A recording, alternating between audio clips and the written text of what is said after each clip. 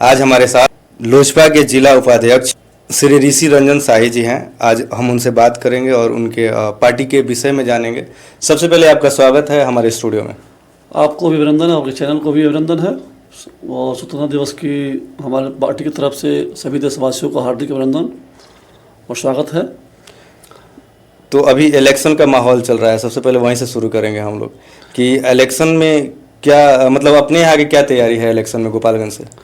हम एनडीए के साथ हैं, हमारी पार्टी एनडीए के साथ कार्य कर रही है और हम लोग 243 सीटों पे काम कर रहे हैं, बट न कि अपने पार्टी की तरफ काम कर रहे हैं। हम एनडीए के साथ हैं तो पूरे बिहार में 243 सीटों पे काम कर रहे हैं और एनडीए के साथ काम कर रहे हैं। अभी एक न्यूज़ बहुत ज़्यादा चल रहा है एसआईआर को लेके, पहले उस पर हम आपसे जानना चाहेंगे ये एसआईआर है क्या आगे? मतदाता सूची सत्यापन जो है ना जी, उस पर मतदाता सूची सत्यापन 2003 के आधार पर किया जा रहा है। हमारे विपक्षी का कोई मुद्दा है नहीं जी, और सामने वाला बैठा है कि बस कुछ न कुछ मिल जाए, तो इसके लिए बिना काम का बोझा उठा करके और धारणा प्रदर्शन बंदी फलान ठिकान हमारा कर रहे हैं लोग।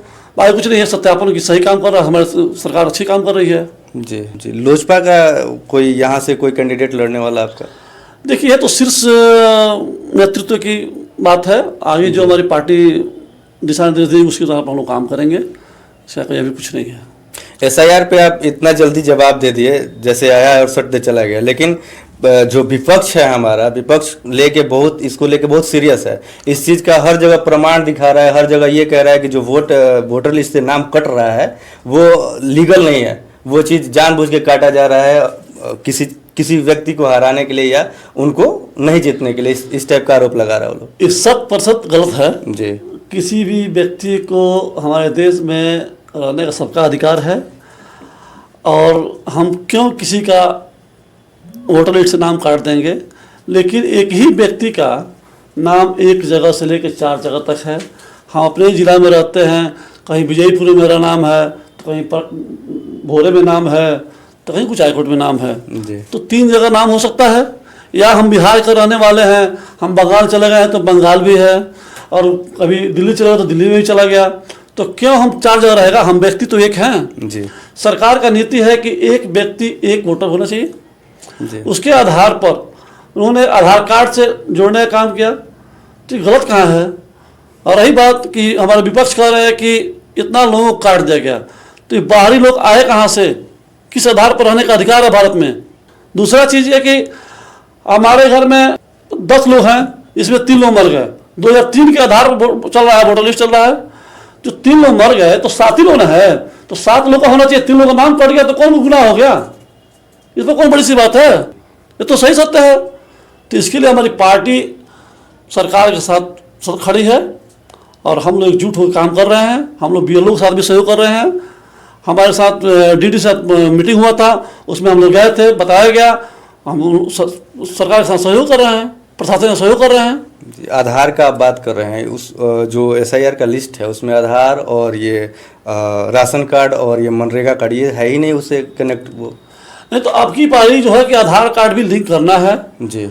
और रही बात जैसे कि राशन कार्ड, तो राशन कार्ड होना कि एक व्यक्ति का राशन कार्ड यहाँ से बन गया तो अब कहीं रहे इंडिया में राशन उठा सकता है जी। तो उसी तरह हम लोगों की सरकार की नीति है कि एक बार वोटर लिस्ट में नाम चढ़ गया मतदाता सूची में तो कहीं रहे अपना वोट दे सकता है, एक व्यक्ति एक ही मत दे सकता है। लेकिन विपक्ष एक और प्रमाण लेके सामने आया है कि जो आप कह रहे थे जो मर गया है उसका काट दिया जाए, वो सही है, वो चीज़ कटना चाहिए, लेकिन बहुत सारे ऐसे लोग हैं जो जिंदा भी हैं और उनका भी वोटर लिस्ट से नाम कट गया है।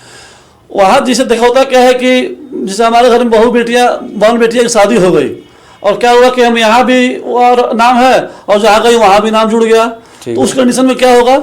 नाम तो कटना चाहिए। तो 2 जगह क्यों वोट देंगे भाई जी? ये तो आधार है। और रही बात कि अब बाहर के लोग हैं तो कुछ प्रमाण होना चाहिए, सरकार प्रमाण मांग रही है कि आप कहाँ से क्या किस आधार पर दे रहे हैं, तो प्रमाण सत्यापन हो रही है। ऐसा नहीं किसी का नाम काटने का कोई उद्देश्य नहीं है, आप सत्यापित किया जा रहा है कि आप सही और स्वच्छ है कि नहीं। मतलब हम अभी जो क्वेश्चन पूछे उसका जवाब आप नहीं दिए।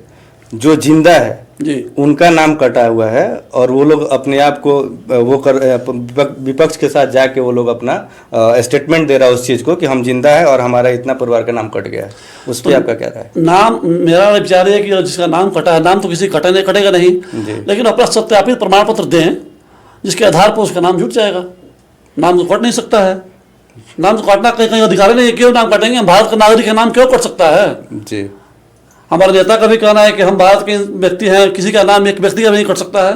अभी क्या लगता है आपको इलेक्शन में जो इसी टाइम एसआईआर का आना क्या जरूरी था? पहले क्यों नहीं आया एसआईआर? ये भी विपक्ष का एक क्वेश्चन मार्क बन रहा है इस पे भी, कि जब विधानसभा का इलेक्शन आया तो एसआईआर का जांच हो रहा है, इसके पहले जो एमपी का इलेक्शन था उस टाइम क्यों नहीं हुआ एसआईआर का? ऐसा कुछ नहीं है। इसके पहले तो जातिगत गणना भी की गई थी, तो उस समय तो कोई नहीं बोला कि जातिगत गणना क्यों हो रहा है। सभी ने सहयोग किया। तो सरकार की नीति है, जब आवश्यकता पड़ी इस काम किया जा रहा है उस पर, और 2003 के आधार पर काम हो रहा है, तो काम तो किया जा रहा है ना। तो ऐसा मुद्दा तो नहीं होना चाहिए, लेकिन विपक्ष के पास कुछ न कुछ हल्ला और झगड़ा बोलने का, कहने का तरीका कुछ चाहिए, दूसरा कुछ तो है नहीं। तो क्या करें, बेकार का मुद्दा खोजेगा लोग। विकास के मुद्दा पर तो कोई चर्चा नहीं कर रहा है कि बिहार में इतना बढ़िया सड़क हो गया, बिजली मिल रही है, शिक्षा सुधर रहा है, स्वास्थ्य सुधर रहा है, इस पर कोई चर्चा नहीं कर रहा है। लेकिन उसी बिहार में भागलपुर में चले जाइए, आप बक्सर में चले जाइए, तो इतना बड़ा जो बाढ़ आया, इतना बड़ा जो नुकसान हुआ, वो किस पे आप उसको थोपेंगे? विपक्ष पे या फिर अपने सरकार पे? किसकी कमी है वो? देखिए, कुछ हद तक तो प्रशासन की कमी हो सकती है। जी। इसके पहले भी बाढ़ आया करते थे। 2098 में ऐसा बाढ़, 98 में हम बिहार का बाढ़ देखे हैं, और 2001 का भी बाढ़ देखे हैं। जी। हमारे क्षेत्र में यहाँ से 90 किलोमीटर तक पानी पानी दिखता था। जी। तो उस समय की कोई चर्चा नहीं करता है। आज विगत समय में हो सकता है कि हो जाए। जब हमारा तराई बेल्ट है तो बाढ़ तो आता है, पानी आती है, कहीं ना कहीं कुछ मिस्टेक को भूल होता है तो बाढ़ टूट जाती है। हमारी आपकी सरकार क्या कर रही है फिर उसमें अथक प्रयास कर रही है, सहयोग कर रही है, सहायता राशि देगी, दूसरा क्या कर सकती है इसमें? अभी तो जो हुआ तो तत्काल क्या चाहिए? सहायता चाहिए ना, सहयोग चाहिए। तो उसमें हमारा सरकार काम कर रही है। और रही बात बंधे पर काम करना, तो बंधे पर अच्छा से काम हो रहा है, और बंधे पर तो सड़क की व्यवस्था हो रही है, और इसके लिए बनाया जा रहा है कि बंधे का सुरक्षा दृष्टिकोण हो, हमारे मेन हाईवे का रोड भी कम हो जाए। सरकार तो इसमें बहुत अच्छी नीति काम कर रही है। ऐसे सुनने में आ रहा है कि एनडीए से आपकी पार्टी अलग होकर चुनाव लड़ने वाली है। ये बिल्कुल भ्रम फैलाया जा रहा है। हमारे माननीय राष्ट्रीय अध्यक्ष चिराग पासवान जी कल मीडिया के सामने आए और अपनी बातों को स्पष्ट किए कि हम एनडीए के साथ हैं और रहेंगे, और 2025 का चुनाव हम एनडीए के साथ लड़ेंगे। इसमें कोई मतभेद नहीं है। हम उनके साथ सहयोग करेंगे, और 243 सीटों पे हमारे नेता चिराग पासवान जी साथ लड़ेंगे। वैसे चुनाव में आप कितने सीट पर लड़ रहे हैं? मेरे पार्टी को जितना सीट मिलेगा लगभग हम सभी सीटों पर जीतेंगे, और लोजपा का मतलब जीत की गारंटी। तो हम जहां लड़ेंगे वहां से जीत की गारंटी देंगे। इसमें 70% सत्य है। अभी लोकसभा चुनाव इसका प्रमाण है। तो लोजपा को जितना सीट मिलेगा हम बिहार सरकार को उतना सीट जीत के देंगे। आपका पार्टी का बिहार को लेकर क्या सोच है फिर? हमारे पार्टी युवा की पार्टी है। माननीय चिराग पासवान जी युवा हैं, और विकसित राज्य बनाने के लिए बिहार फर्स्ट और बिहारी फर्स्ट पर सबसे मुहिम काम कर रहे हैं।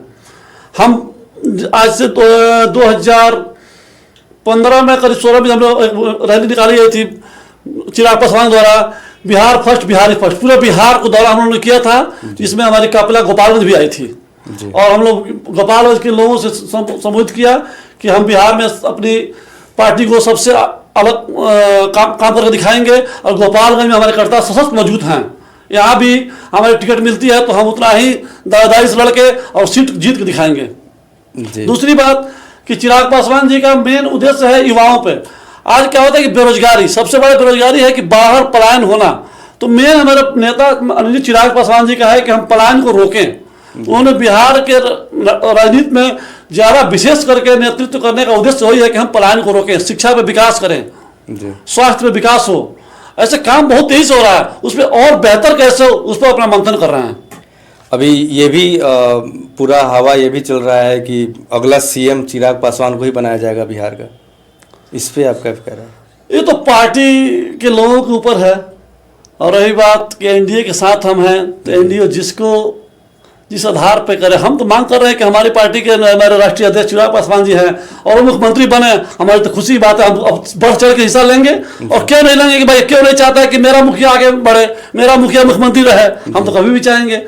रही बात कि श्रद्धेय रामविलास पासवान जी के बेटे हैं, आज 45 साल के राजनीतिक नेतृत्व में उन्होंने कभी किसी को दाग नहीं है, और कभी मंत्री किसी दल में रहे, और कभी मंत्री रहे, कहीं बेदाग रहे। सबसे बात है कि कहीं ना उन पर कोई दागे नहीं है, इतना स्वच्छ छवि अभी है। उन्हीं के बेटे हैं, तो हम तो चाहेंगे कि आज भविष्य में युवा की जरूरत है, युवा मुख्यमंत्री बने, माननीय चिराग पासवान जी मुख्यमंत्री बने, जिसके हम लोग सहयोग करें। आप चिराग पासवान जब से राष्ट्रीय अध्यक्ष है उस टाइम से हैं कि रामविलास पासवान के टाइम से आप? नहीं, हम रामविलास पासवान जी जब मंत्री थे उस समय से हम इस पार्टी के साथ हैं जी। और हम एक निष्ठावान और संपूर्ण मतलब प्रतिनिधित्व करने वाले व्यक्ति हैं, जो समर्पित व्यक्ति हैं, जो पार्टी के साथ सहयोग देते आए हैं। आज 15 साल से लगभग इस पार्टी में काम करते हैं। जी। तो रामविलास जी की जब राष्ट्रीय अध्यक्ष वो थे और अभी जो चिराग पासवान है, दोनों में क्या अंतर आपको दिखाई? वो तो हमारे माननीय हैं, तो उनकी तो बातें छोड़िए, रही बात को तो अलग है। और अब विकास की बात है तो उसमें भी अच्छा, तो आज बहुत अच्छा है। अभी बिहार में एक बड़ी नाम चारों ओर गूंज रहा है प्रशांत किशोर को लेकर, आपका क्या राय है उस पर? आपकी पार्टी का क्या राय है उस पर? मेरा और मेरे पार्टी की तरफ से और मेरे नेता की तरफ से, माननीय चिराग पासवान की तरफ से मैं कहना ही चाहूँगा कि तो एक चलती ट्रेन है, आई और चली गई। सबसे पहली बात, वो पीली वर्दी और पीले गमछे पहनने से सभी हम देशवासी नहीं बन सकते और एक बार चुनाव बिहार को छा नहीं सकते हैं।